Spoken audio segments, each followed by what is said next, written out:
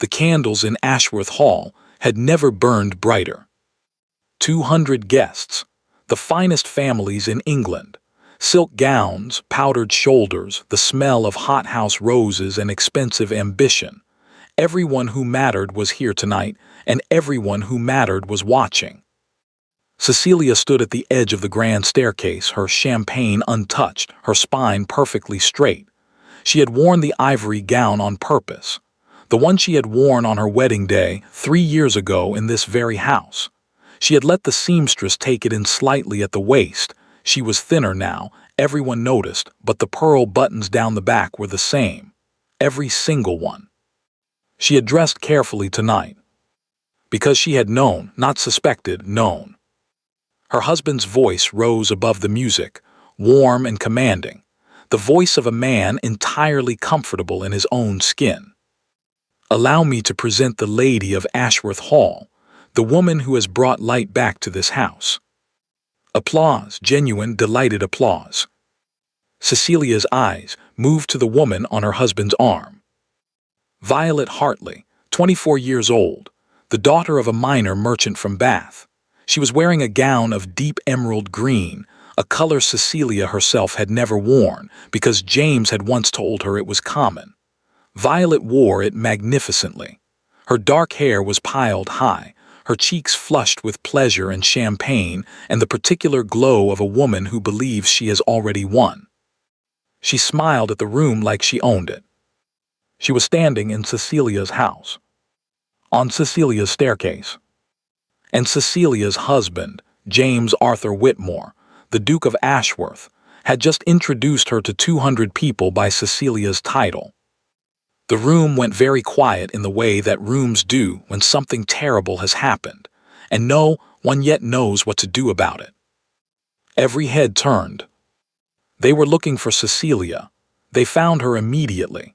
She was not difficult to find. She was the only person in the room who had not moved, had not gasped, had not reached for a neighbor's arm. She stood at the edge of the staircase with her champagne glass raised slightly, as though she had been about to take a sip and simply paused. She was smiling. Not the brittle smile of a woman holding herself together, not the frozen smile of shock. A real smile, small, composed, almost private, the smile of a woman who has just watched something happen exactly as she expected it to.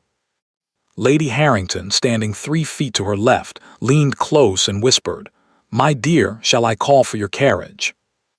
Cecilia turned to her. Her eyes were perfectly clear. "Why would I leave?" she said. "This is my house." She took a sip of her champagne. And she did not take the ring off. The thing people would remember afterward, and they would talk about this evening for years, in drawing rooms from London to Bath, was not the Duke's announcement. It was not Violet Hartley's triumphant smile, or the collective sharp intake of breath from 200 well-bred guests. What they remembered was Cecilia's hands. Specifically, that ring. A duchess's ring was not a small thing. The Ashworth betrothal ring had been in the Duke's family for 4 generations, a oval ruby, deep as old wine, set in gold with 2 flanking diamonds. It was the kind of ring that entered a room before the woman wearing it. Everyone in English society knew it on sight. Cecilia had worn it every day for 3 years. She was wearing it now, and she showed no intention of removing it. This was somehow more unsettling than anything else she could have done. Had she wept, the room would have pitied her. Had she screamed, they would have whispered about her instability for years.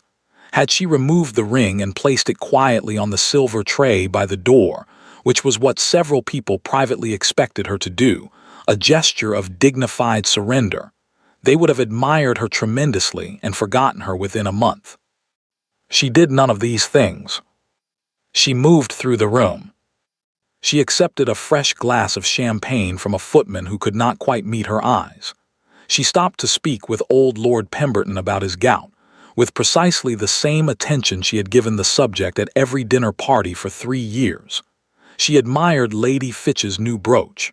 She asked after the Harrington children by name, all four of them in age order. She was the perfect hostess. In her own home, while her husband's mistress stood 20 feet away, receiving congratulations. James found her in the East Corridor, near the Portrait Gallery, 20 minutes after his announcement.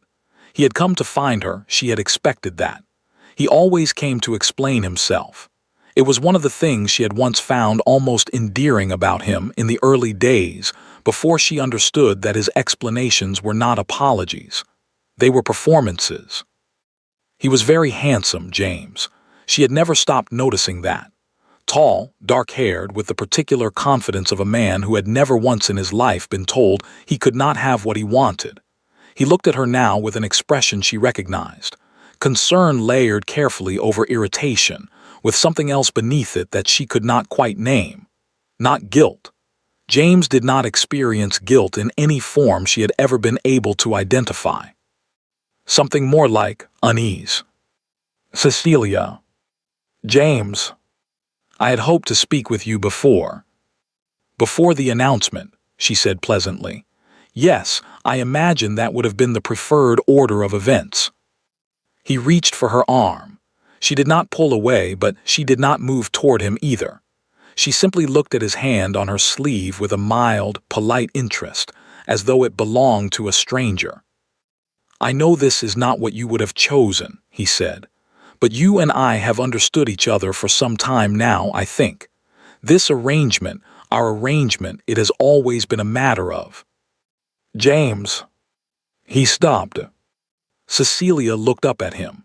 In the candlelight from the portraits, she could see the moment he registered something in her face that he had not expected to find there. She watched him try to identify it. He was not a stupid man. That had always been the problem. You should go back to your guests, she said. Violet will be wondering where you are. She said the name without hesitation, without venom, without any particular emphasis at all. Just a name, as if it were ordinary. That, she knew, was what would stay with him. She turned back toward the main salon. Cecilia, his voice behind her had changed slightly, quieter. Why are you still wearing that ring? She paused, did not turn around. Because I haven't decided to take it off yet, she said. She walked back into the light and the noise and the 200 people who were pretending not to watch her, and she smiled at every single one of them, and her hand, the one with the ruby ring, rested perfectly still at her side. She was not ready for them to see her hands shake. But they wouldn't, she had practiced. Cecilia had not always been a woman who planned. There had been a time, she was 19, absurdly young, absurdly hopeful, when she had believed that a good marriage was a matter of character. That if a woman was patient, gracious, intelligent, and loyal, those qualities would be recognized, rewarded even. She had been patient for 3 years. She was done being patient. The document had come to her attention 14 months ago, on a Tuesday afternoon in October, when her father's old solicitor, Mr. Aldous Fenn, 71 years old, half-deaf in his left ear, and possessed of a memory like cold iron, had appeared at the servants' entrance of Ashworth Hall and asked, very quietly, to speak with her alone.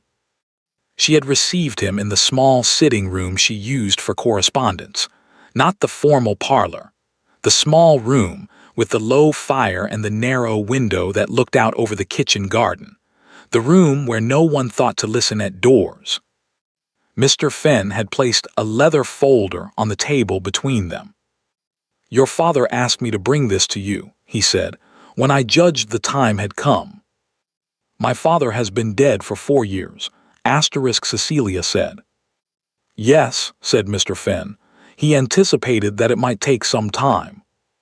She had read the document 3 times that afternoon, twice more that evening after Mr. Fenn had gone, with the fire burned low and a glass of her husband's best brandy.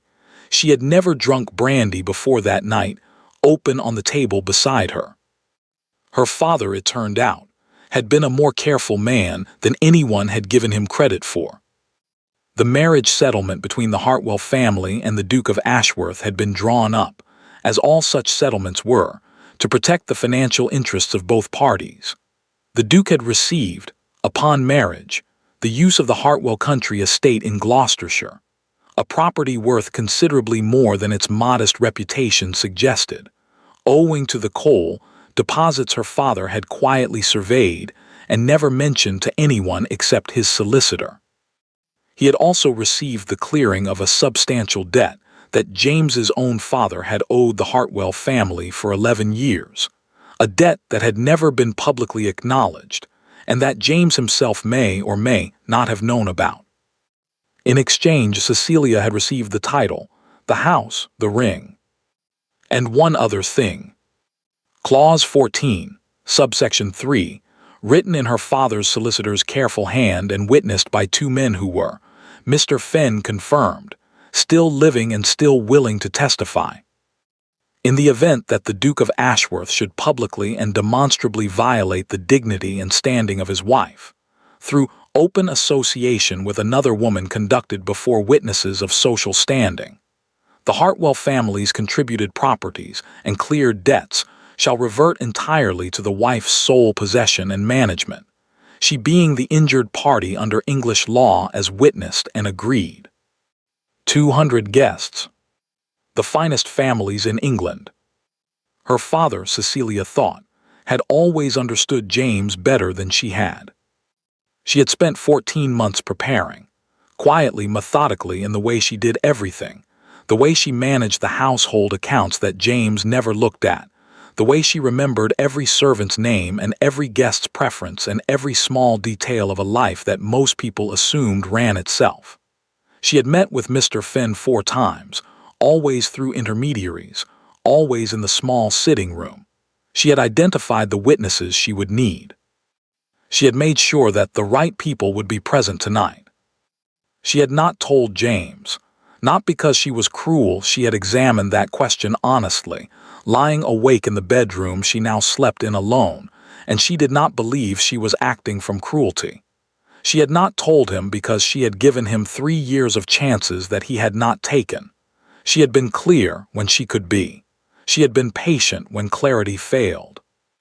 He had chosen Violet Hartley anyway, chosen her openly, brazenly, with the particular confidence of a man who believed his wife would absorb whatever he gave her and remain, because what else would she do?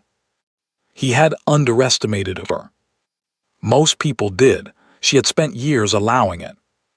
There was one thing that still snagged at her, even now, even tonight, with the plan in motion and the documents safe with Mr. Fenn and 2 witnesses already placed in the salon like careful chess pieces. She had loved James once. She was almost certain of it. Not the desperate, consuming love of novels. She was too practical for that and had known herself too well even at 19 to expect it. But something quieter and more real, a warmth, a willingness, a genuine belief that this man and she might build something worth having. He had been charming in the beginning, attentive even. There had been perhaps 4 months early in the marriage when she had thought, yes, this is going to be all right. Then his father had died. Then the money pressures had become visible. Then Violet Hartley had appeared at a house party in Surrey, wearing emerald green, laughing at everything James said. And James had looked at Violet the way he had never once looked at Cecilia. She had not wept about it. She had sat with it, the way you sit with a diagnosis, first the shock, then the strange, exhausted clarity that comes after. She had understood, with the calm of someone whose illusions have been removed rather than shattered, that she had 2 choices. She could remain as she was, the invisible Duchess, the woman in the background, patient and dignified and slowly disappearing. Or she could become someone James had never thought to worry about. She had chosen the second. The evening was still in full motion when she returned to the salon. Violet was at the center of a small, glittering circle near the fireplace, her laugh carrying clearly across the room. She had, in the 30 minutes since the announcement, fully inhabited the role she had been given. She was touching the furniture as though it already belonged to her. She was directing a footman with the easy authority of a woman who has rehearsed this moment. Cecilia watched her for a moment from the doorway. Then her eyes moved to Violet's neck. The necklace was gold, with a small pendant, an oval of blue enamel, edged in seed pearls. Cecilia recognized it immediately, with the particular recognition that comes not from memory but from the body. Her hands went slightly cold. It had been her mother's. Not a piece from the Ashworth collection. Not something James had purchased or borrowed or technically owned. Her mother's necklace, which had come to Cecilia in a small velvet box the morning of her wedding, with a note in her mother's handwriting that said simply, "Wear this and I am with you." Cecilia had kept it in her jewelry case. She had not worn it tonight. She had been saving it for the right moment. James had given it to Violet. The room was very warm. The candles were very bright. Cecilia set down her champagne glass with great care, making sure it did not make a sound. All right, she thought, all right. She walked toward the fireplace. The small circle around Violet parted for her. People always parted for her. It was one of the unremarked privileges of being the actual Duchess. And she stopped directly in front of Violet Hartley and smiled at her with perfect, unhurried composure. "What a beautiful necklace," Cecilia said. Violet touched it reflexively, pleased. "The Duke chose it himself, apparently. He has wonderful taste." "He does," Cecilia agreed. "My mother thought so too. She was wearing it when she sat for her portrait. The one in the East Corridor, if you haven't seen it yet. I think you'll find the resemblance to that necklace quite striking." The silence that followed was very small, very precise. Violet's smile did not falter. She was not a stupid woman. Cecilia had never thought she was, but something moved behind her eyes. Calculation. Reassessment. The two women looked at each other. "I hope you're enjoying the evening," Cecilia said pleasantly. And she moved away before Violet could speak, back through the parting crowd, back toward the edges of the room where she could breathe. Her hands, she noticed, had stopped shaking entirely. The mistake was not the necklace. The necklace had been James's mistake, careless, thoughtless, the act of a man who had stopped seeing his wife as a person with a history. Violet could not have known where it came from. Cecilia was willing, in the privacy of her own mind, to grant her that much. No, Violet's mistake came later in the evening, and it was entirely her own. It began with the seating arrangement. Dinner had been planned, Cecilia had planned it, as she planned everything in this house, down to the placement of the salt cellars and the rotation of the footmen, for 24 guests at the long table in the formal dining room. She had written the cards herself, 3 days ago, in her neat, unhurried hand. She knew exactly where everyone was meant to sit. She discovered, upon entering the dining room, that several of the cards had been moved. Her own card, Her Grace, the Duchess of Ashworth, had been placed at the far end of the table, near the younger guests and the less significant names. The seat at James's right hand, which was hers by every convention that governed an English dinner table, now bore a different card. Violet Hartley's card. Cecilia stood at the entrance to the dining room for a moment. Around her, guests were finding their places, the gentle shuffle and murmur of people locating their names, the scrape of chairs, the settling of silk. A few people had already noticed the change. She could see it in the careful way they were not looking at her. Lady Harrington caught her eye from across the table. Her expression said, very clearly, "What do you want me to do?" Cecilia gave a small, almost imperceptible shake of her head. She found her reassigned seat. She sat down. She unfolded her napkin with the same unhurried precision she brought to everything, and she turned to the gentleman on her left, a pleasant, elderly baron with an enthusiasm for crop rotation, and she asked him how his spring planting had gone. She was aware, from the corner of her eye, of James at the head of the table. He was laughing at something Violet had said. He had not looked toward Cecilia's end of the table once. She ate her soup. She discussed crop rotation. She asked after the Baron's daughter, who had recently become engaged to a young man in Shropshire, and she listened to the answer with genuine attention because the Baron was a kind man, and his happiness for his daughter was real and uncomplicated, and Cecilia found, tonight of all nights, that she had very little patience for anything that was not real. It was during the fish course that Violet made her mistake. The conversation at the head of the table had grown louder. Violet was a natural performer, Cecilia observed, the kind of woman who expanded to fill whatever space she was given. She was telling a story, something about a house party in Bath, and she was telling it well, and the guests around her were laughing with the slightly heightened brightness of people who are aware they are witnessing something significant and have not yet decided how to feel about it. Then Lord Ashby, 60 years old, one of James's oldest friends, a man who had known the Hartwell family since before Cecilia was born, leaned forward from his place midway down the table and said, in the carrying voice of a man slightly deaf in one ear, "Miss Hartley, I wonder, are you acquainted with the Duchess's family? The Hartwells have property not far from Bath, I believe." A small, curious silence. Violet turned toward Lord Ashby with her bright, practiced smile. "I'm afraid I don't know the family," she said. And this was the mistake, this precise moment, this small unnecessary addition that Cecilia would think about afterward and understand as the turning point, Violet added, "Though I understand the Hartwell estate is rather modest. One hears things." She said it lightly, almost carelessly, the tone of a woman establishing gently that she knew the landscape she had entered. The silence that followed was of a different quality entirely. Lord Ashby's face did something complicated. Several other faces did the same, because Lord Ashby knew, as did Lady Harrington and old Mr. Peveril at the far end, and at least 4 other people at this table, that the Hartwell estate in Gloucestershire was not modest at all, that its apparent modesty had always been a matter of deliberate discretion on the part of Cecilia's father, that the coal surveys alone. But that was not what made it a mistake.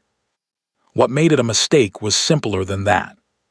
Cecilia's mother had grown up in Bath, had been beloved in Bath, had died 6 years ago, mourned genuinely by half the county, and the Hartwell name, modest or otherwise, was a name that the people in this room had known for 30 years. Violet Hartley had just dismissed it at a dinner table, in front of witnesses. In front of Cecilia. Cecilia set down her fish fork. She did it quietly. She picked up her wine glass. She took a small sip. She was aware that at least a dozen pairs of eyes had moved to her face, waiting. She looked down the table at Violet. Not with anger. Anger would have been easier for everyone. Anger could be dismissed, managed, used against her. What Cecilia felt, looking at Violet Hartley and her mother's necklace at her mother's dinner table, was something colder and more precise than anger. It was the feeling of a door closing. "The Hartwell estate," Cecilia said, in a voice pitched perfectly to Carrie without appearing to try, "has been in my family for 140 years. My great-grandmother planted the East Garden. My mother was born in the Blue Room on the 2nd floor." She paused. "But you're quite right that we were never ones for display. My father always felt that a family's worth was better demonstrated than announced." The table was very quiet. "A philosophy," Lord Ashby said, in a tone of absolute deliberate clarity, "that speaks well of them." Several heads nodded. The Baron beside Cecilia made a sound of agreement. Lady Harrington lifted her wine glass with the particular deliberateness of a woman casting a vote. Violet's smile had not disappeared, she was too practiced for that. But it had changed. It was thinner now, working harder, aware that something had shifted in the room's invisible architecture. James, at the head of the table, had gone still. He was looking at Cecilia. She did not look back. She turned to the Baron and resumed their conversation about his daughter's engagement in Shropshire, and she was warm and interested and entirely present, and she did not look at James once for the remainder of dinner. But she felt his eyes on her. She felt the particular quality of his attention, different from anything he had directed at her in months, perhaps years. The attention of a man who has just noticed, for the first time, that something he assumed was stationary has been moving. It was after dinner, in the brief interval before the guests moved to the music room, that James found her again. He did not reach for her arm this time. He stood beside her at the window that overlooked the dark garden, the window where she had stood so many evenings alone, watching the grounds she managed and loved, and had come to think of as hers in a way they had never been his, and he was quiet for a moment before he spoke. "You didn't have to do that," he said. "I beg your pardon. At dinner, you made her look." "I answered a question about my family," Cecilia said, accurately. "Cecilia." "James." She turned to look at him. This close, in the low light from the garden, she could see the lines of his face clearly, older than when she had married him, tired in ways she had once wanted to ask him about and never had. "Your guests are waiting." He looked at her for a long moment. That unreadable expression again. She had spent 3 years trying to read it and had never quite managed. "Why are you still here?" he said, not unkindly, almost genuinely curious. "Why haven't you left? Gone to your aunt in London, or you could leave, Cecilia. You know I wouldn't stop you." She considered the question seriously, the way she considered everything. "I know you wouldn't," she said. She looked at him a moment longer. Then she looked past him, at the dark garden, at the east wing of the house, where her great-grandmother's roses still came up every spring without anyone having to tend them. "This is my house, James," she said quietly. "I'm not going anywhere." She walked toward the music room. Behind her she heard him exhale, a long, slow breath, the sound of a man beginning, at last, to understand that he has made a miscalculation. Good, she thought. Let him think about it tonight. Tomorrow Mr. Finn was coming. Mr. Finn arrived at 9 o'clock in the morning. Not at the servants' entrance this time. Cecilia had sent word the previous evening, a brief note, 3 sentences, delivered by her most trusted housemaid to Mr. Finn's lodgings in the village. And the note had said, among other things, that he was to come to the front door. She was done with back entrances. She had not slept much. She had lain in her narrow bed in the room she now occupied alone, the small guest room at the end of the east corridor, which she had moved to 18 months ago with quiet efficiency and without comment, and which she had made entirely her own, filling it with her books and her correspondence desk, and the small watercolor of her mother that had hung in her childhood bedroom. And she had looked at the ceiling and thought, with the particular clarity that comes at 3 in the morning, about everything that could go wrong. The document was sound. Mr. Finn had had it reviewed by 2 other solicitors, independently, without revealing the names of the parties involved. Both had confirmed the same reading of Clause 14. The language was unambiguous. Her father, it turned out, had paid considerably for that unambiguity. The witnesses were sound. Lord Ashby had been present for the announcement. So had Lady Harrington and Mr. Peveril and at least a dozen others of sufficient social standing to satisfy any legal definition of witnesses of social standing. They had all heard James introduce Violet Hartley as the lady of Ashworth Hall, in his own voice, in his own home, in front of his own wife. The legal foundation was solid. What she could not fully account for was James. Not his anger. She had considered his anger carefully and concluded that it would be manageable. James expressed anger through coldness and withdrawal, not violence. He was, whatever his failures, not a man who frightened her physically. She knew how to manage his coldness. She had been managing it for years. What she could not account for was the other thing, The thing she had seen in his face twice last night at the window and briefly at dinner, when she had spoken about her family in that quiet, carrying voice. Something she had not seen before, or not seen clearly, or perhaps had seen and talked herself out of believing. She did not want to think about it too carefully. Not yet, not today. Today was for the document.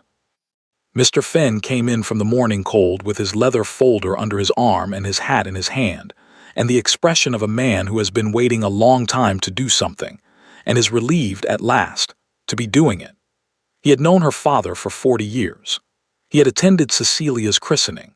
He had, she suspected, loved the Hartwell family in the quiet, undemonstrative way of a man whose entire professional life had been spent protecting people he was not permitted to love openly.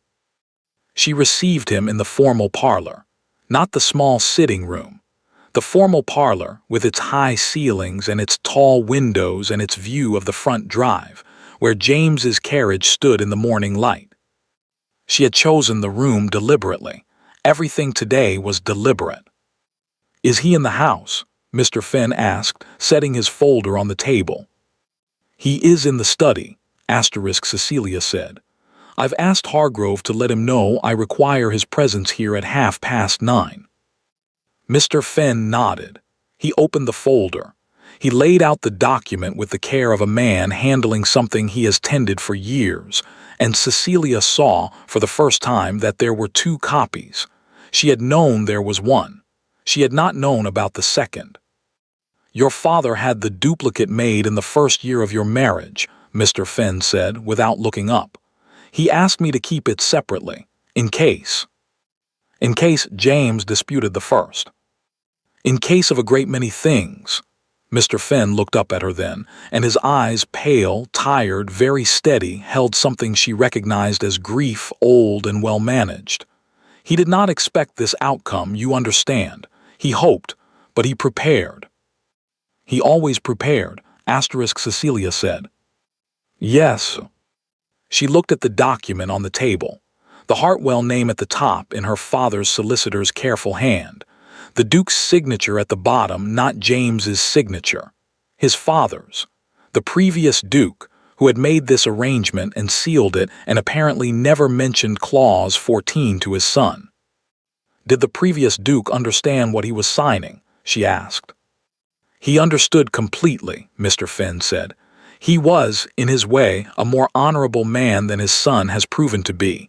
He believed the clause would never be necessary. A pause. He also believed his son would not be a fool. The door opened. James came in with the expression of a man who has not slept and is managing it poorly. He was dressed, but only just, his cravat not quite right, his hair not entirely settled.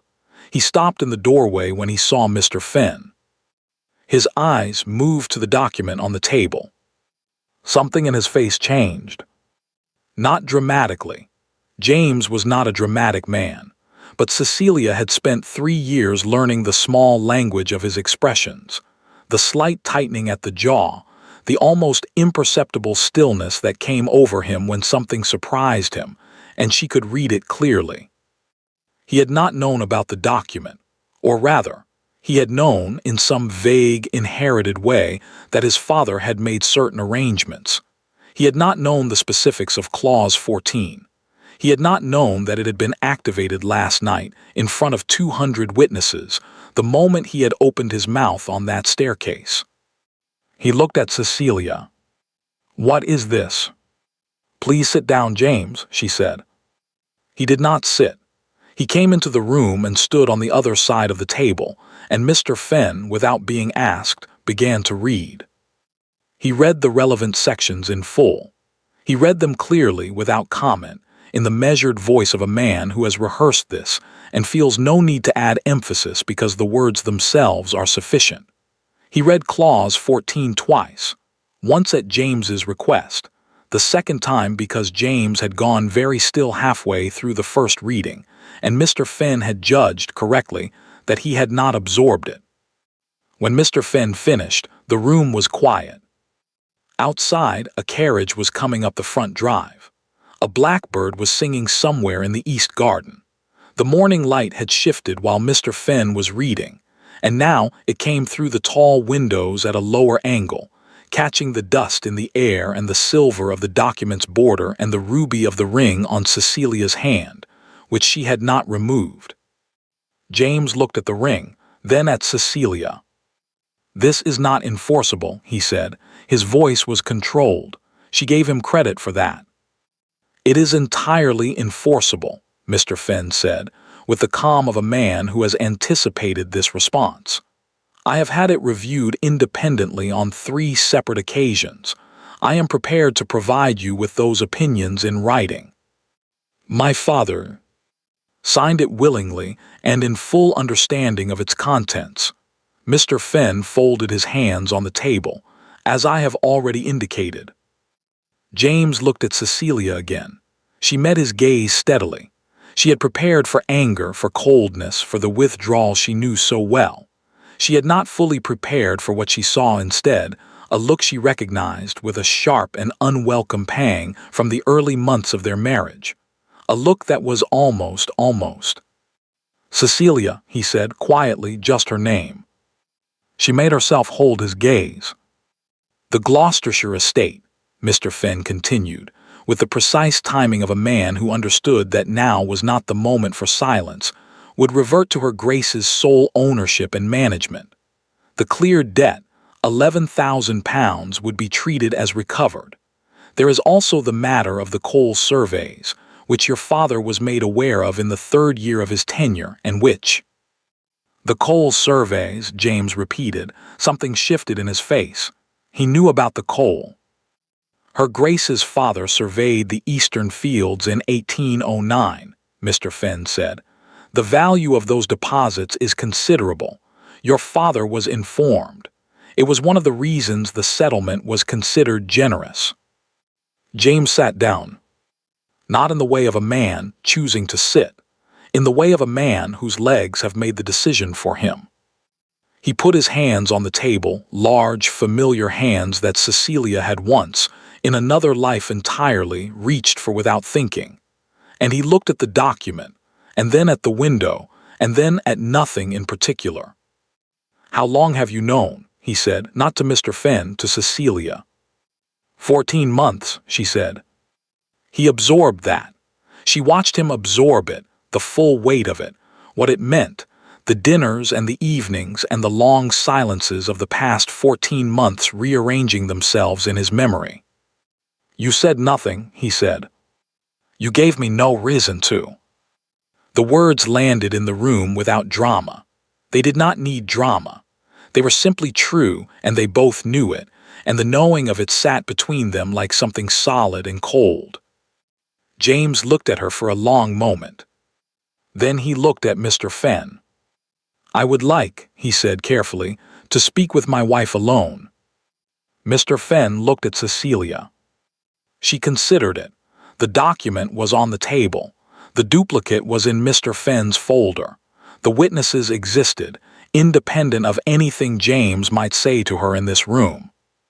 She was not afraid of being alone with him. "Give us a few minutes, Mr. Fenn," she said.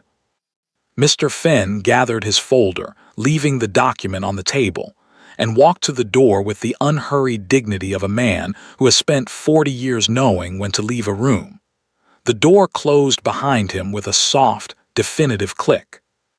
The morning light, the blackbird, the document between them. James looked at his wife. "I didn't know about the coal," he said. It came out differently than she expected, not as a defense, not as an accusation, almost as though he was thinking aloud. "I know," she said. "Your father," he stopped, tried again, "he protected you." "Yes," Cecilia said, "he did." Something moved across James's face, then, complex and unguarded in a way she had rarely seen from him. Something that might have been grief or shame or the particular devastation of a man who has just understood, clearly and too late, the full shape of what he threw away. She did not let herself feel it, not yet, not here. "What do you want?" he said. And Cecilia, who had thought about this question for 14 months, who had rehearsed her answer in the small bedroom at the end of the east corridor on many long, quiet nights, looked at her husband across the table and said, "I want you to listen." She had expected him to begin with denial. That was how James operated. She had learned this in the first year of their marriage, before she had learned most of the other things. When cornered, he retreated first into the position that the thing being discussed was not quite real, not quite as serious as presented, not quite what it appeared to be. It was not dishonesty, exactly. It was more like a reflex, the instinct of a man who had moved through life with sufficient privilege that most problems, if not acknowledged immediately, had a tendency to resolve themselves without his intervention. He had lived, she understood now, in a world that confirmed this instinct at every turn. But he did not begin with denial this time.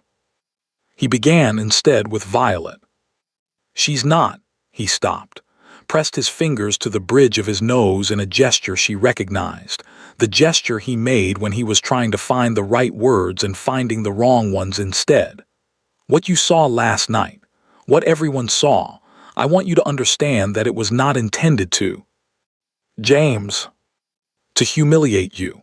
That was not my intention.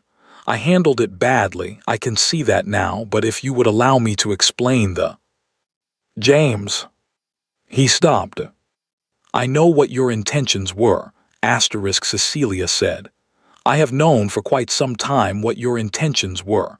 I am not interested in your intentions." He looked at her steadily. "Then what are you interested in?" "The consequences," she said, "which is what that document represents."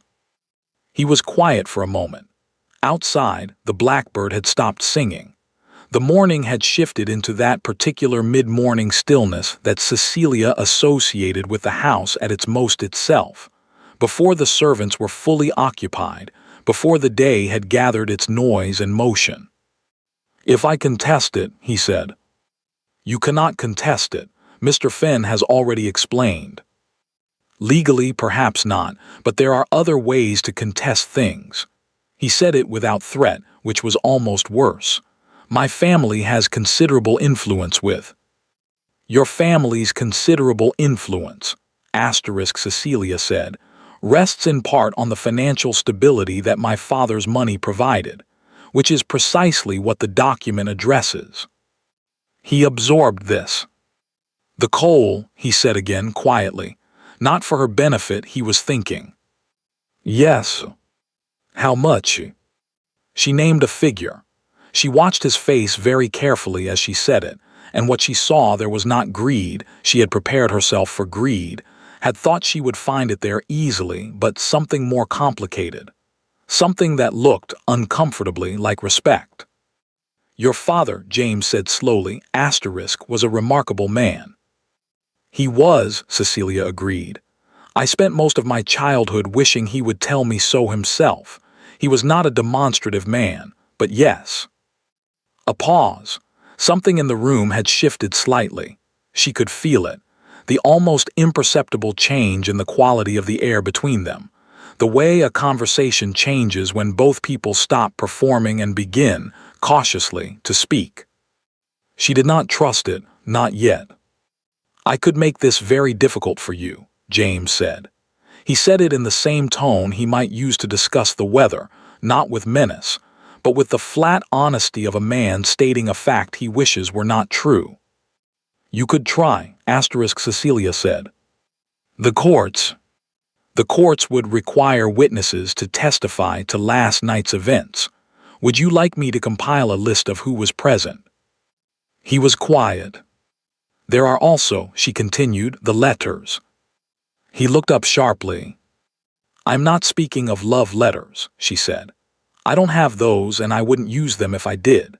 I'm speaking of your correspondence with Miss Hartley's father. The arrangement you made with him regarding I believe the phrase used was future financial consideration, in exchange for his cooperation in the matter of his daughter's position in this household." James had gone very still. "You paid him," Cecilia said, "not as an accusation, as a statement of record. Mr. Hartley agreed to his daughter's arrangement in exchange for a sum that I believe represents approximately one-third of your annual income. The letters are dated. They are also, I should mention, in a location entirely separate from this house. The stillness in James was absolute now. She had only seen him like this once before, the day his father died, standing in the hallway of this house, before he had collected himself enough to speak. "How," he said. "I manage this household, James," she said quietly. "I have managed it for 3 years. The correspondence that passes through it, all of it, passes through my awareness. I did not go looking for those letters. I found them because I find everything. Because finding things is what I do, and you never once thought to notice." He put both hands flat on the table. He looked at them for a moment. Then he looked at her. "What do you want?" he said again. The same question as before, but it meant something different now. Before, it had been the question of a man assessing the terms of a negotiation. Now it was something else. Rower, more lost. "I told you," she said. "I want you to listen." "I am listening." "Then stop calculating," she said. "I can see you calculating. You're thinking about which solicitor to call and whether Lord Ashby can be persuaded and what story will play best in the drawing rooms next season. Stop. I'm not asking you to surrender. I'm asking you to listen to me speak." He looked at her for a long moment. Then slowly something in his posture changed. The calculation did not disappear entirely. She did not expect it to, but it receded. He was still. He was looking at her. "All right," he said. She had rehearsed this. In the small bedroom on the long nights, she had gone over it many times, the words, the order, the tone. She had wanted it to be clear and without sentiment, a precise account of the past 3 years as she had experienced them. She had wanted to be like her father, contained, purposeful, without display. She found, sitting across from James in the morning light with the document between them, that the rehearsed version would not come. What came instead was simpler, and she suspected more honest. "I tried," she said. "I want you to know that. I am not certain you will believe me, but I want to say it plainly. I tried to make this marriage into something worth having. Not because I was obliged to, because I wanted to." He said nothing.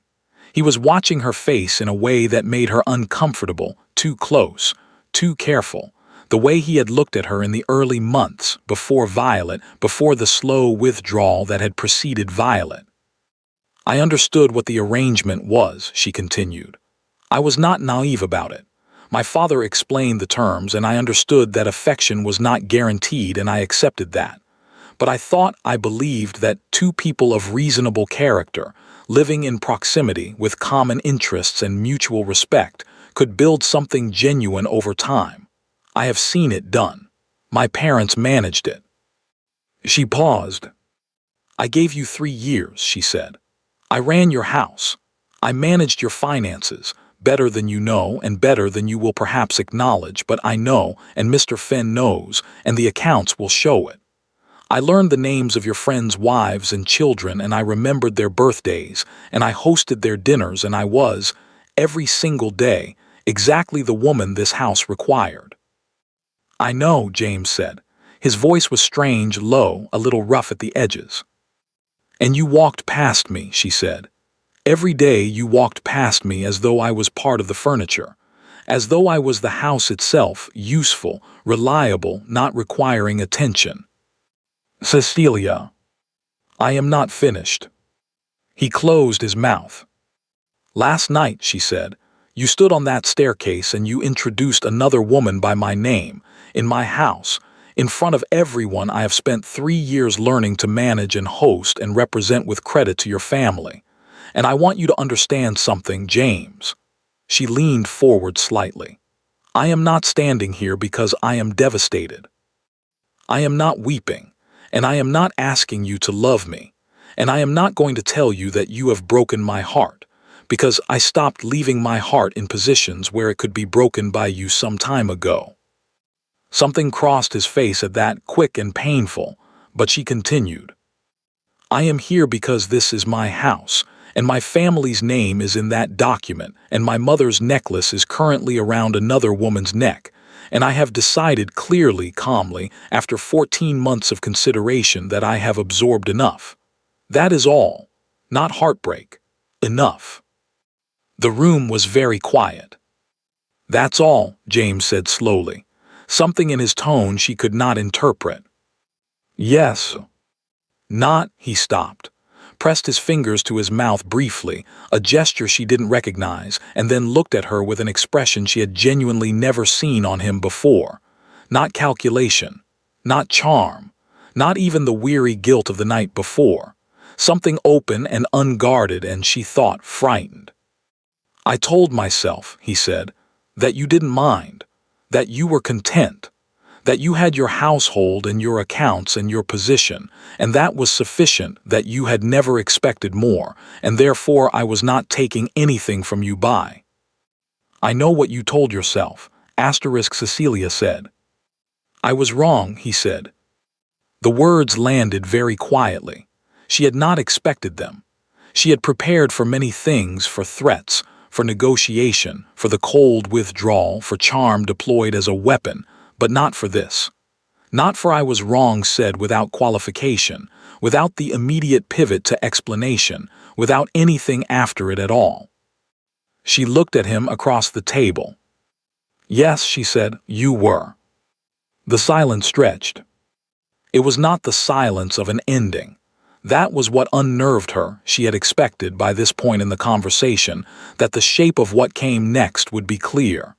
Either he would capitulate to her terms, or he would fight them, and in either case the path forward would be visible.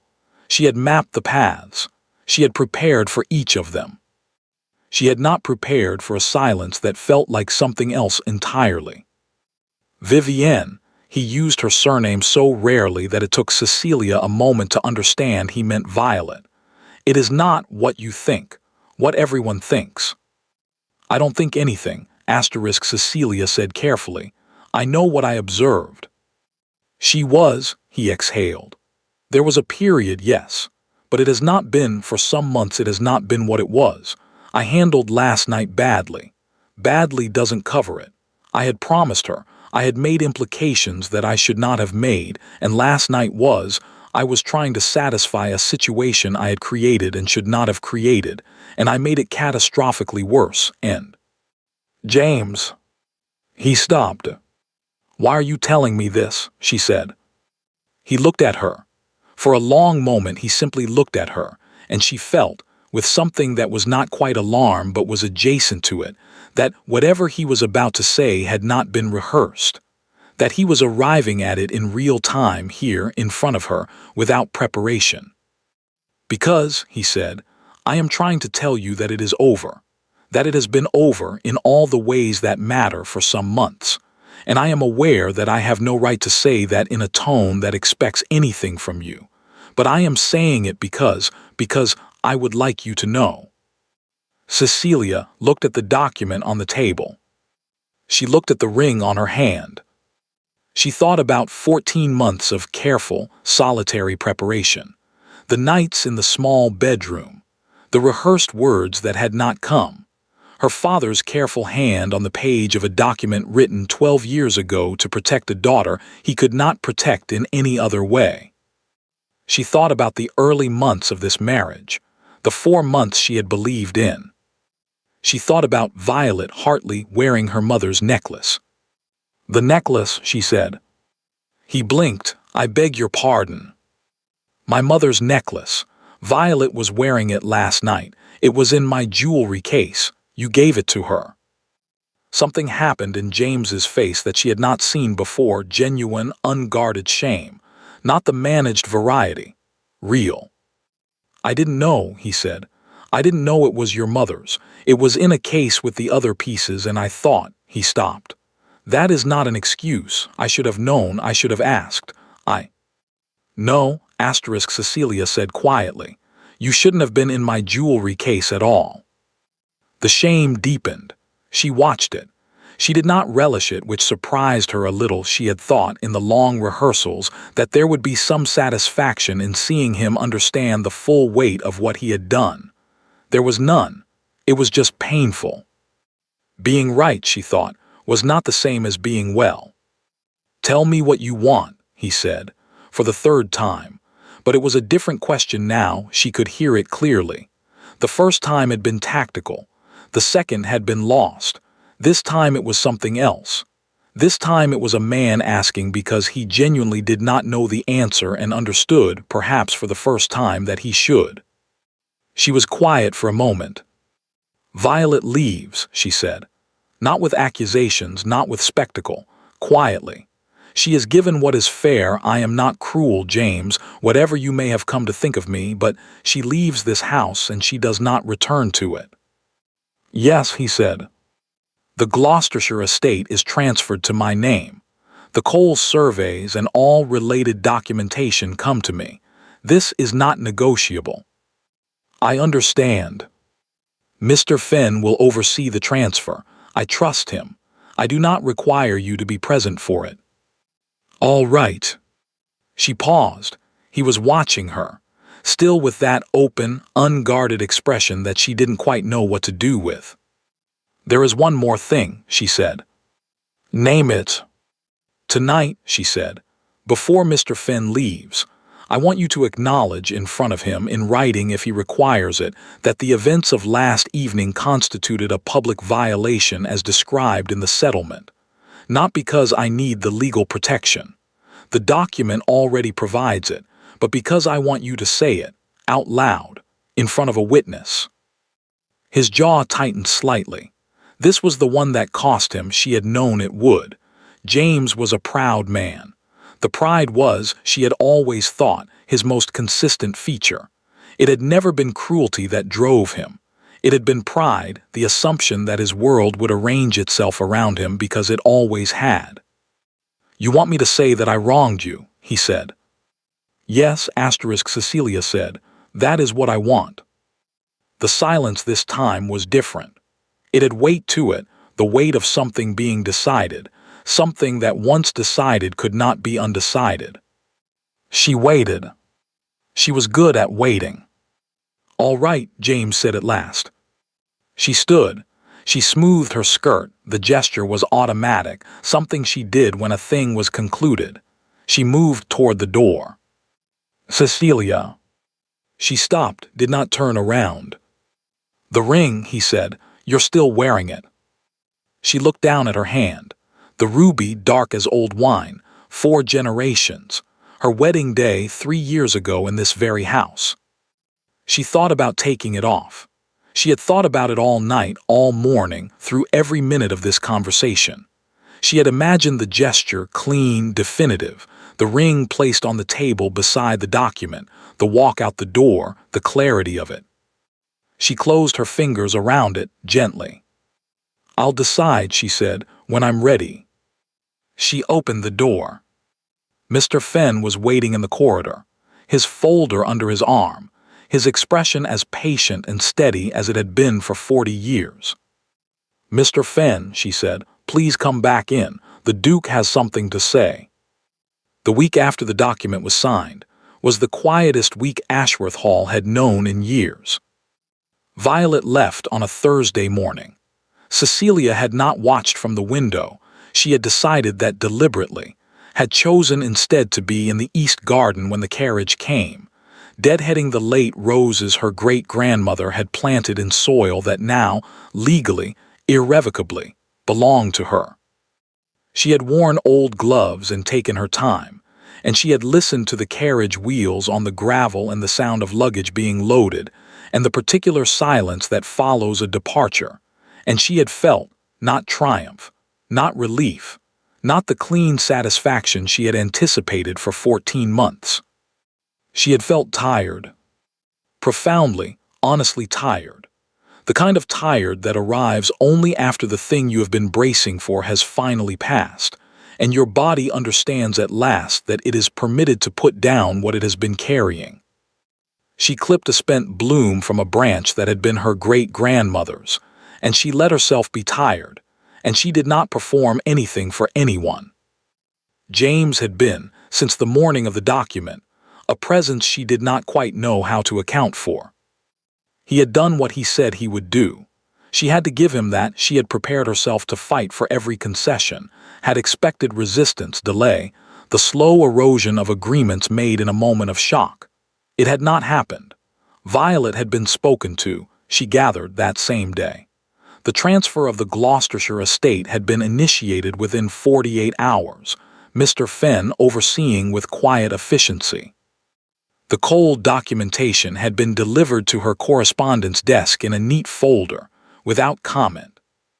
And James had said the words, standing in the formal parlor in front of Mr. Fenn, in a voice that did not waver, "I publicly and demonstrably violated my wife's dignity and standing. The events of the evening of the 14th constituted a breach of the settlement as described in Clause 14. I acknowledge this freely and without condition." Mr. Fenn had written it down. James had signed it. Cecilia had stood by the window and looked at the garden, and felt the words settle into the room like something finally coming to rest.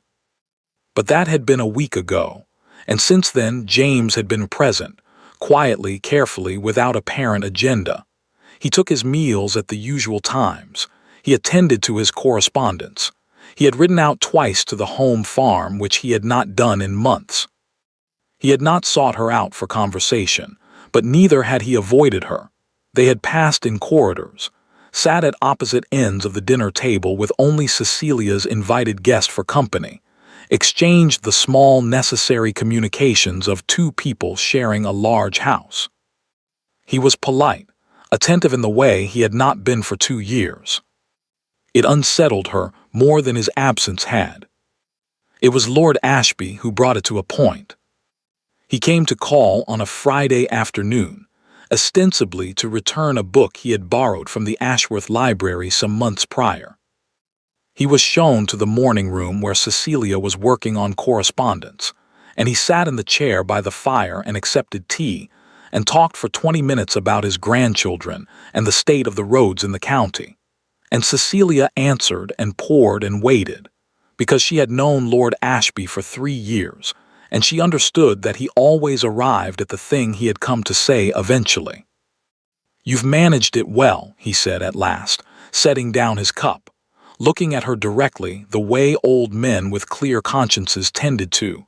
"Better than anyone expected, better than he deserved, frankly." "I managed it the way my father would have," Cecilia said. "Yes." Lord Ashby was quiet for a moment. "Your father was a good man. I miss him." He looked at the fire. "He worried about you, you know, after the marriage. He never said so directly, not his way, but I saw it, when he came to visit that first year." Cecilia set down her pen. "He came once," she said, "that Christmas." "He came 3 times, Lord Ashby said. "The other 2 he didn't announce himself. He drove out from the village, looked at the house, and drove back." A pause. "I happened to see him on one of those occasions. He told me he simply wanted to be sure you were all right, that if you needed him he wanted to be nearby." Cecilia looked at the window. The afternoon light was pale and thin, the particular light of early November, when everything in England seems to be held at a careful distance. "He never told me," she said. "No," said Lord Ashby, "but he left you the document." She was quiet for a moment, pressing her fingertips against the edge of her correspondence paper. "What has James said to you?" she asked, because Lord Ashby had not come about a book and they both knew it. Lord Ashby considered his answer with the care of an old man, who has learned that the truth is usually worth saying, but benefits from being said precisely. "He came to see me yesterday," he said. I think he wanted someone to tell him whether he had any right to hope." "Hope," Cecilia repeated. "Those were his words, whether he had any right to it." Lord Ashby looked at her steadily. "I told him I had no idea, that it was not my hope to grant or withhold, that the only person equipped to answer that question was the one he had consistently failed to ask." Cecilia looked at the fire. "He has not asked me," she said. "No," said Lord Ashby. "I don't think he knows how. He has spent his entire life in rooms where he never needed to ask for anything. That evening, after Lord Ashby had gone, Cecilia sat at her correspondence desk for a long time without writing anything. She thought about what Lord Ashby had said. She thought about her father driving out from the village and looking at the house and driving back, 3 times, without announcing himself. She thought about a document drafted in the first year of her marriage, the duplicate made in case, the careful provision of a man who could not say "I love you" directly but could spend 40 years making sure that, when it mattered, the mechanism was in place. She thought about James standing in the parlor, saying I was wrong with no qualification and no pivot. She thought about the 4 months, at the beginning when she had believed. She picked up the ring. She had taken it off that afternoon, finally, in the garden, alone, slipping it from her finger and holding it in her palm and looking at it for a long time. It had felt lighter than she expected. The absence on her hand felt larger. She turned it over in her fingers now at her desk. The ruby caught the candlelight, dark as old wine, 4 generations. She put it in the small drawer of her correspondence desk, closed the drawer, left it there. Then she took out a fresh sheet of paper and wrote a note, brief, direct, in her neat, unhurried hand. She folded it and rang for the housemaid and asked her to deliver it to the Duke's study. The note said, "I will be in the library after dinner if you wish to speak." She did not sign it, he would know. He came at 8:30. She was reading or holding a book and not reading, which was a thing she had done rather a lot this week, when she heard his step in the corridor. She recognized it. 3 years of a shared house meant she knew the sound of him moving through it, the particular rhythm of his walk, different from every other person in the building. He knocked, which he had never done before. Not once in 3 years had James knocked at a door of his own house. "Come in," she said. He came in. He looked, she thought, like a man who had made a decision about something and was not entirely certain it was the right one but had made it anyway. He was dressed for the evening. He had been to the home farm that day and had clearly changed for dinner, and he was carrying nothing, his hands free in the way that made a person look either very relaxed or very exposed. James looked exposed. He stood a few feet inside the door. "Thank you for the note," he said. "Sit down, James." He sat. Not across the room, he chose the chair nearest the fireplace, near where she was sitting, close enough that they could speak quietly. She noticed this and did not comment on it. "Lord Ashby came today," she said. James looked at the fire. "I suspected he might." "He told me you went to see him." "Yes." "He told me what you asked him." James was quiet.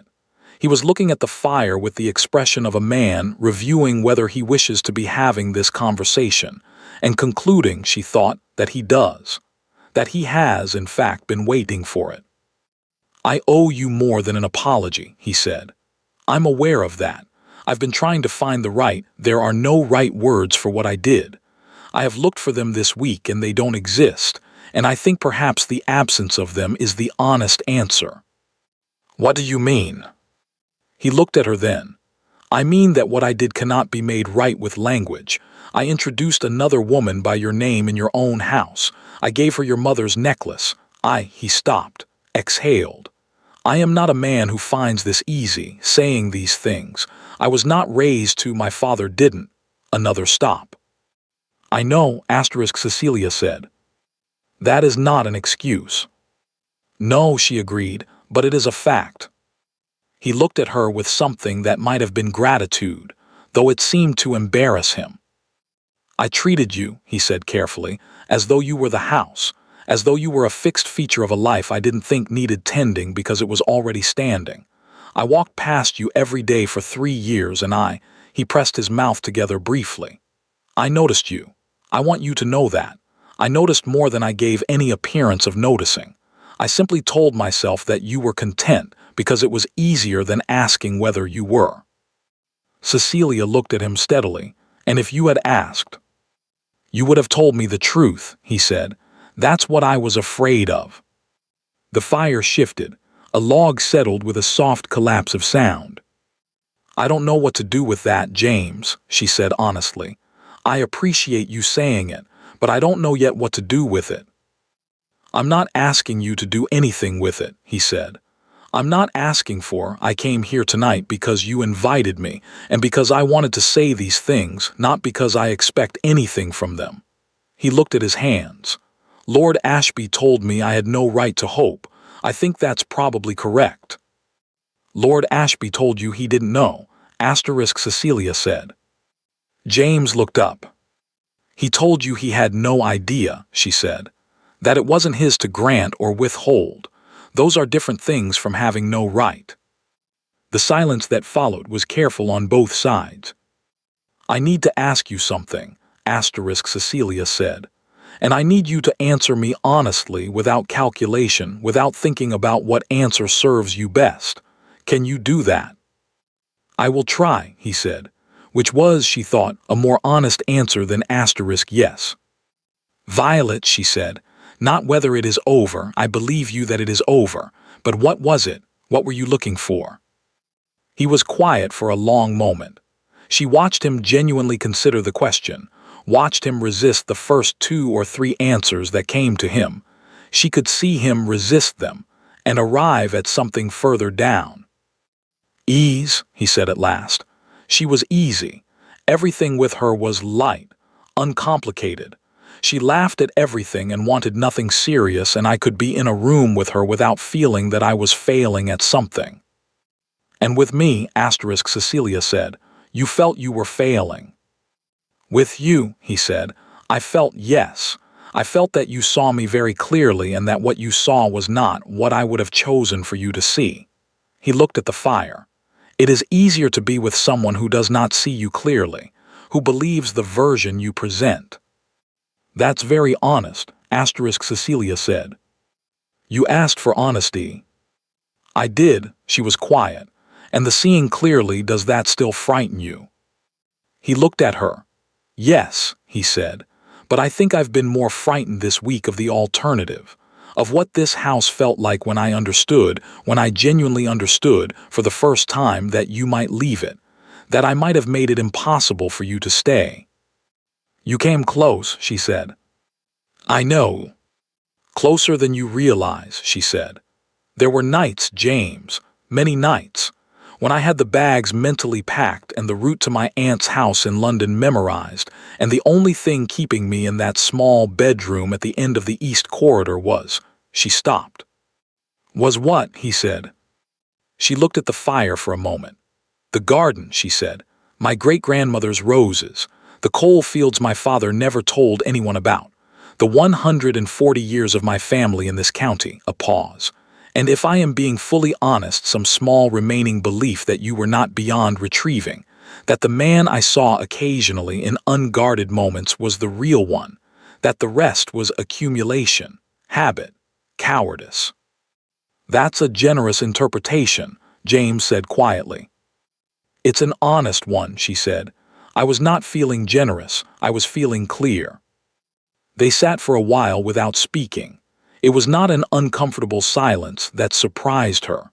After everything, after the document and the parlor and the week of careful parallel existence, she had expected discomfort. She found instead something that felt, cautiously, like 2 people in the same room for the first time. Actually in it, actually present, not performing the fact of being in it. "The Gloucestershire estate," James said eventually. "I'd like to see it. The coal fields, I'd like to understand what your father built there." "It will be mine," she said. "The transfer is already in progress." "I know," he said. "I'm not asking to reclaim it. I'm asking, if you were willing, whether you would show it to me, whether you would tell me about it." She looked at him. "Why?" "Because it is yours," he said simply. "Because it was your father's, and it is part of who you are, and I have spent 3 years in close proximity to you without knowing who you are, and I would like, if you would permit it, to begin to know." Cecilia looked at the drawer of her correspondence desk, across the room, the drawer where she had put the ring that afternoon. "That is a very large if," she said. Yes, he said, I know. I am not the woman I was 3 years ago, she said. I am not going to be patient in the way I was patient. I am not going to manage things quietly and hope you notice. If we are going to try to build something, it will be on different terms than before. I would expect nothing less, he said. Don't say that as though it's easy, she said. It won't be easy. I see you clearly, James. I told you that and I meant it. I am going to go on seeing you clearly, and occasionally it is going to be uncomfortable for both of us. Good, he said. And then at her expression, I mean it. Violet was easy and look what it cost me. I have come to think this week that being seen clearly by someone who remains anyway is worth considerably more than being unseen comfortably. Cecilia was quiet. Remains anyway, she repeated. I'm not assuming, he said quickly. I don't take it as given. I'm saying that if you remained, it would be worth more to me than anything I have thrown away this year. That is all I'm saying. She looked at him for a long time. The fire, his hands, his face, older and more honest than she had ever seen it, stripped of the performance she had spent 3 years watching. I am going to Gloucestershire next week, she said finally, to see the estate, to meet with the land agents and review the coal surveys. He said nothing, waiting. You may come, she said, if you wish, as my guest on my terms. Something moved across his face. She recognized it now, this expression she had been trying to name for a week. It was the expression of a man who has been braced for a door to close and felt it stay open. On your terms, he said. Entirely, she said. Yes, he said, I wish. She did not give him the ring that night. She had thought about it sitting in the library after he had gone, the house quiet around her, the fire burning low. She had gone to the desk and opened the drawer and looked at it for a long time. The ruby, dark as old wine, 4 generations. She closed the drawer again. It was not the right moment. She would know the right moment when it came, the same way she had known, 14 months ago, that the time had come to write to Mr. Fenn. Something in her was very good at knowing. She had spent years not trusting it. She trusted it now. She went to the window and looked out at the dark garden, at the east wing, at the place where her great-grandmother's roses would come up again in spring, without anyone having to tell them to. At the house that was hers, that had her family's name in its foundation in a way that no carriage departure could alter. She put her hand flat on the cold glass. All right, she thought, all right. Not a surrender, not an ending. A beginning, entered into with open eyes and documented terms, and the full knowledge of what it had cost to get here. That, she decided, was worth more than any easy beginning had ever been. The roses came up early that spring. Cecilia noticed them on a Tuesday morning in late March, coming in from her walk along the east garden wall, small, determined buds on the oldest canes, the ones that needed no encouragement, the ones that had been coming up since before anyone currently living had been born. She stopped and looked at them for a moment in the pale morning light, her hands in her old gloves, the cold still in the air but something else in it too, something that had been absent for a long time. She was happy. She took a moment to recognize it, the way you take a moment to recognize a face you haven't seen in years, turned it over carefully, checked it for the anxiety that had so often accompanied it in the past, the waiting for the other shoe, the careful management of hope, the habit of bracing. She found, somewhat to her own surprise, that the anxiety was not there, or not in the old form.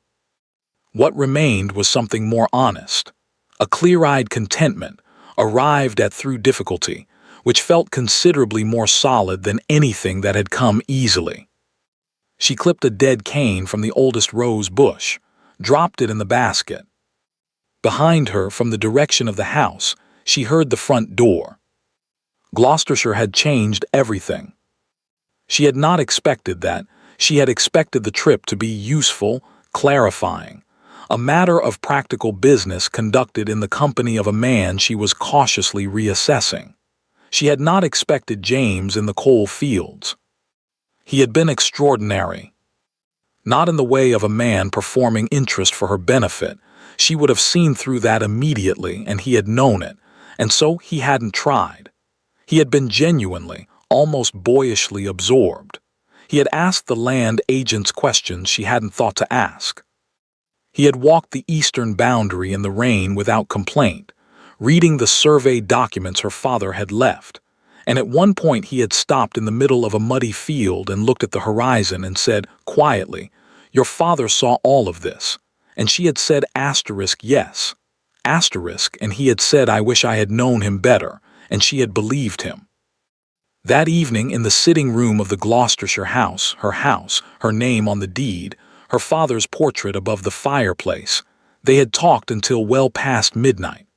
Really talked, in the way she had once believed they might in the optimistic first months of the marriage, about the estate and the coal and what could be built there, about her father and his quiet, careful ways, about James's father, who had been difficult and proud, and had signed a marriage settlement with Clause 14 in it, because some part of him had understood that his son might need it. He was trying to protect you, James had said, meaning her father. They both were, she had said, meaning both fathers. James had looked at her across the fireplace. "I would like to spend a considerable amount of time," he had said, making that unnecessary. She had not answered immediately. She had looked at the fire and thought about it with the seriousness it deserved. Then she had said, "That would require a great deal of sustained effort on your part." "I am aware," he had said. "And considerable patience on mine." "Also aware." "And I will not be managed," she had said. "I will not be walked past. I will not be furniture." "No," he had said, "you will not." She had looked at him for a long moment in the firelight.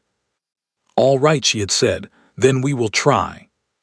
It had not been without difficulty. She had warned him of that, and she had meant it. There had been an evening in June when old habits had surfaced in him, a dinner party, a moment in which he had spoken over her in front of guests with the easy confidence of a man who had done it for years without noticing. She had said nothing in the moment. She had waited until the guests had gone and they were alone in the drawing room, and then she had told him, quietly and precisely, what he had done and why it mattered.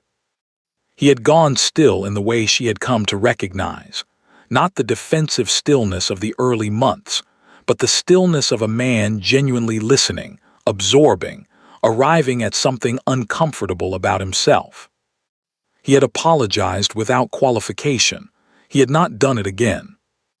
There had been a week in August when she had been ill, genuinely ill, the first time in years she had allowed herself to simply be unwell without managing it, and James had rearranged 3 days of business appointments and sat with her in the small bedroom at the end of the east corridor, the one she had moved into alone 18 months ago, and read to her from the books on her shelf. He had not made it a performance. He had simply been there, quietly and without agenda, and she had lain in her narrow bed listening to his voice and thought, "There he is. That is the real one." She had moved back into the main bedroom in September. She had not announced it. She had simply moved her things back, quietly, methodically, the way she did everything, and James had come in that evening and seen the watercolor of her mother back on the wall where it belonged and said nothing, just looked at it for a moment with an expression she did not need to interpret because it was entirely clear. Mr. Fenn had retired in October.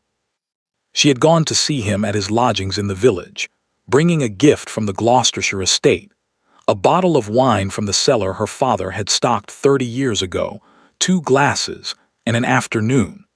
They had sat by his fire and talked about her father and the document and the long, slow years of preparation that had preceded that Tuesday morning when he had appeared at the servant's entrance with his leather folder. He would be pleased, Mr. Fenn had said. Not he would be proud, not he would be happy for you, pleased. The precise word her father would have chosen himself. "I know," she had said. She had kissed the old man's cheek when she left. He had looked startled, then quietly moved, in the way of someone unaccustomed to demonstrations. She had driven home in the late afternoon light, through the county her family had been part of for 140 years, past fields she now owned, past the village where her father had driven quietly 3 times to look at a house and make sure his daughter was all right. She had thought, "I am all right, Papa. I am considerably better than all right." The footsteps behind her in the garden were familiar now in a different way than they had been a year ago. Not the footsteps of a man she had learned to navigate around. The footsteps of a man she had learned to know. James came up beside her and looked at the roses. "Early," he said. "They always come up early when the winter hasn't been too hard," she said. "My great-grandmother planted these. They know what they're doing." He stood beside her in the cold morning air, his coat not quite enough for the temperature. He was always underdressed in the mornings. She had learned this. It was one of the small, ordinary facts of him she had accumulated over the year.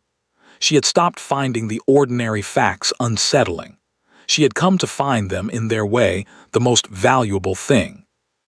"Mr. Fenn's replacement sent the final documentation from Gloucestershire," he said.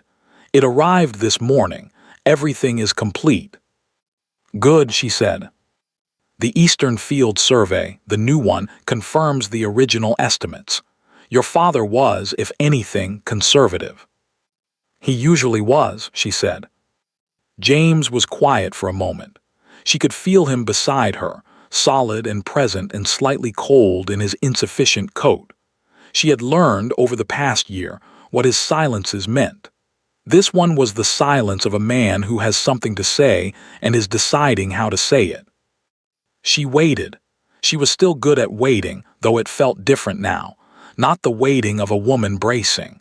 The waiting of a woman who trusts that the thing coming is worth receiving. He reached into his coat pocket. She looked down. In his hand was a ring. Not the Ashworth betrothal ring, she had put that away, and they had both understood without discussing it that it belonged to a chapter that was closed. This was something different. Smaller, simpler, a slim gold band with a single stone, pale as winter light, that she did not immediately recognize. "It was my grandmother's," James said. "Not the official line, not the pieces that come with the title. It was hers personally. She brought it from her own family when she married into this one." He looked at it in his palm. She was, by all accounts, a woman who did not allow herself to be managed. Cecilia looked at the ring. "I am told she once dismissed an earl from her dinner table," James continued, "for speaking over her during the fish course." "Good for her," Cecilia said. "I thought you might feel that way." She looked up at him. He was watching her with the open, unguarded expression she had come to know this year, the one she had first seen in the formal parlor, the one that had no performance in it. "I am not going to ask you in a manner that expects a particular answer," he said.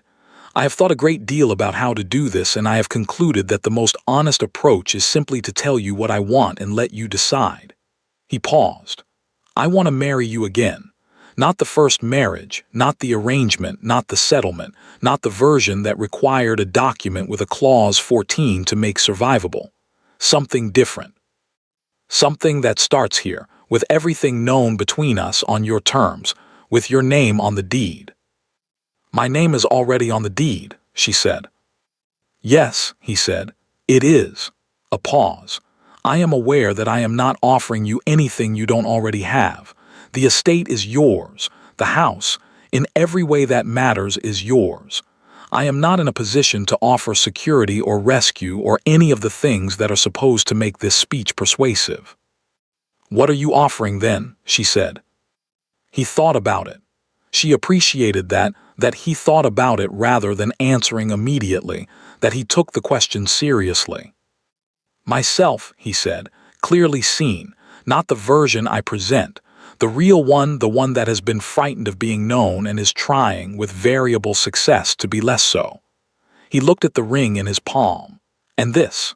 which has been in my grandmother's case for 40 years waiting for someone worthy of it.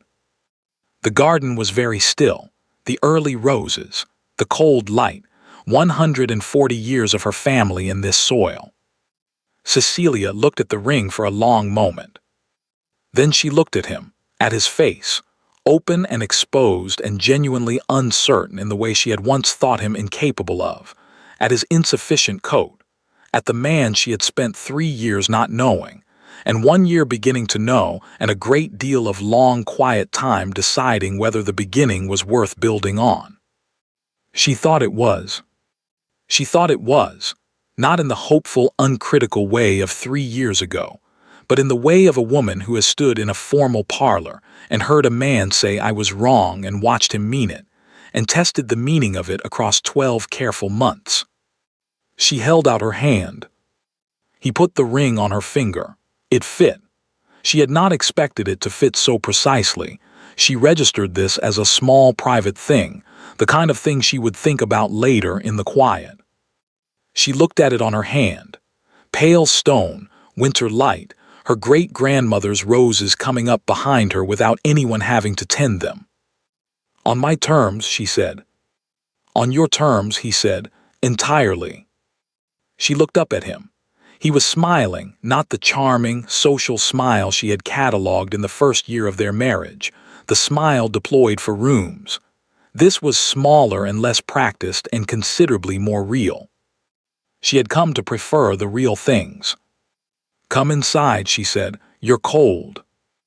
I'm fine, he said, which was not true, and she knew it, and he knew she knew it, and neither of them minded. She walked back toward the house. He fell into step beside her, not behind her, not ahead of her, beside, level. At the door she paused and looked back once at the garden. The roses, the pale morning, the long east wall that had been there longer than anyone living could remember and would be there, she expected, longer than anyone currently living could imagine. She went inside. The door closed behind them both. Thank you for listening all the way to the end. Let me know in the comments which city you're watching from and share your thoughts about the story. I read every single one. And if you enjoyed this, don't forget to subscribe for more stories like this.